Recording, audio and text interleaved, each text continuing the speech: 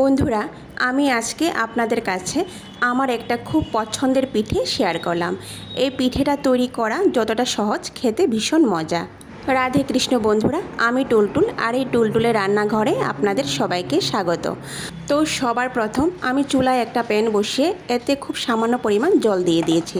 তারপর হাফ বাটি পরিমাণ গুড় দিয়ে গুড়টাকে ভালো করে গলিয়ে নেব। গুড়টা যখন গলে যাবে আর এইভাবে একটু একটু আঠা আঠা হয়ে যাবে, তখন আমি একটা নারিকেলের অর্ধেকটা নারিকেল কুড়া আমি এই গুড়ের মধ্যে দিয়ে দেব। তারপর ভালো করে নাড়াচাড়া করে নারিকেলটা গুড়ের সঙ্গে মিশিয়ে নেব। আর এই অবস্থায় চুলার আঁচ কিন্তু একদমই বাড়িয়ে দেওয়া যাবে না, কম আঁচে অনবরত নাড়াচাড়া করতে হবে। গুড়ের সঙ্গে নারিকেলটা যখন ভালো করে মিশে একটু আঠা আঠা ভাব চলে আসবে, তখনই আমি চুলার আঁচ বন্ধ করে দেব। তারপর এই পুরটাকে ঠান্ডা করার জন্য একটা বাটির মধ্যে নামিয়ে নেব।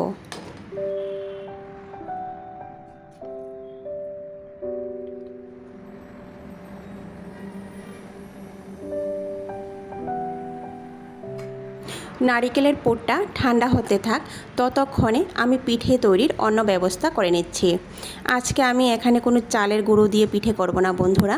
তার জন্য আমি চুলায় একটা প্যান বসিয়ে দেব। তারপর এতে একটা ছোট বাটি মেপে 2 বাটি পরিমাণ জল দিয়ে দেব।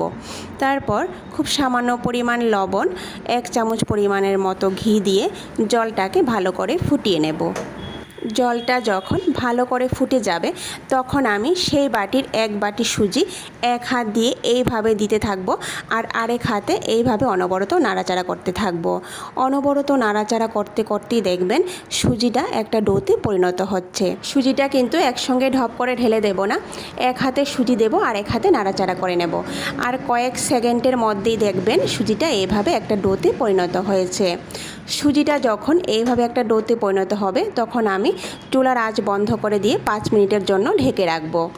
5 মিনিট পর সুজিটাকে একটা থালার মধ্যে নামিয়ে নেব। আর সুজিটা যখন হাতে ধরার মতো একটু ঠান্ডা হয়ে যাবে, তখনই আমি সুজিটাকে হাত দিয়ে এইভাবে ভালো করে মেখে নেব। একটু সময় লাগিয়ে বন্ধুরা সুজিটাকে ভালো করে মেখে নিতে হবে, না হলে কিন্তু পিঠেগুলি ভালো তৈরি হবে না।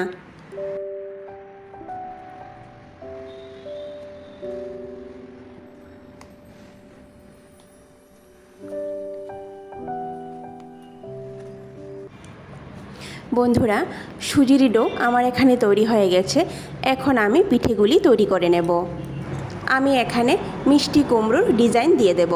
আপনারা আপনাদের পছন্দ মতো পিঠেগুলি ডিজাইন দিয়ে তৈরি করতে পারেন। সবার প্রথম আমি মাঝারি আকারের লেচি কেটে নেব। তারপর গোল বলের মতো করে ছোট বাটির মতো তৈরি করে নেব।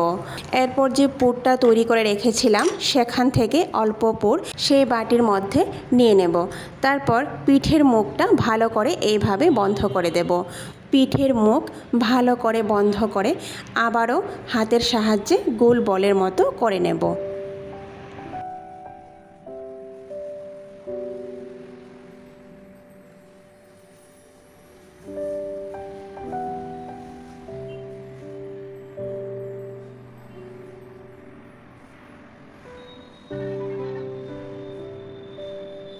এইভাবে গোল করে একটু চ্যাপ্টা করে নেব।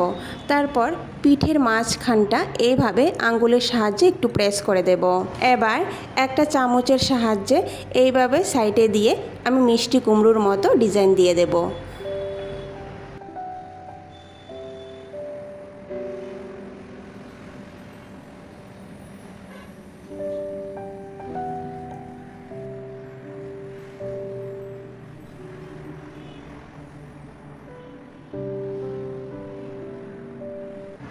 দেখুন বন্ধুরা, তৈরি হয়ে গেল আমাদের মিষ্টি কুমড়ো পিঠা। এবার একটা লংকে এইভাবে মাঝখানে রেখে দেব, রেখে ভালো করে প্রেস করে নেব। লংটা আমি এইভাবে ভালো করে প্রেস করে নেব, যাতে লংটা খুলে না এসে যায়। দেখুন তৈরি হয়ে গেল আমাদের একটি পিঠা। এইভাবে আমি প্রত্যেকটি পিঠা তৈরি করে নেব। প্রত্যেকটি পিঠা আমার এখানে বন্ধুরা তৈরি হয়ে গেছে। এবার এই পিঠেগুলিকে আমি সেদ্ধ করে নেব। তার জন্য আমি আগে থেকেই একটা বাটির মধ্যে কিছু পরিমাণ জল ফুটিয়ে রেখেছিলাম। এবার এই বাটির উপরে একটা ছিদ্রযুক্ত চালনি ভালো করে তেল মেখে বসিয়ে দেব। তেল মাখার কারণ হলো পিঠেগুলি সেদ্ধ হওয়ার পর যাতে খুব সহজে উঠে আসে। আপনারা এখানে ছিদ্রযুক্ত যে থালা আছে সেগুলিও ব্যবহার করতে পারেন। এবার আমি এই পিঠেগুলিকে চালের মধ্যে একটু ফাঁকা করে বসিয়ে দেব। বসিয়ে 15 মিনিটের জন্য ঢেকে রাখবো। এই পিঠেগুলি সেদ্ধ হতে কিন্তু 10 থেকে 15 মিনিটের মতো সময় লাগে। দেখুন আমাদের পিঠেগুলি কিন্তু তৈরি হয়ে গেছে। এবার চুলার আঁচ বন্ধ করে দিয়ে একটু ঠান্ডা করে তারপর পরিবেশন করে নেব। ভিডিওটি কেমন লেগেছে কমেন্ট করে নিশ্চয়ই জানাবেন। আর ভিডিওটি যদি ভালো লেগে থাকে তাহলে সবার শেষে লাইক, শেয়ার আর সাবস্ক্রাইব করে দেবেন। নমস্কার, আজকে এই পর্যন্তই। কথা হবে আবারও পরের ভিডিওতে।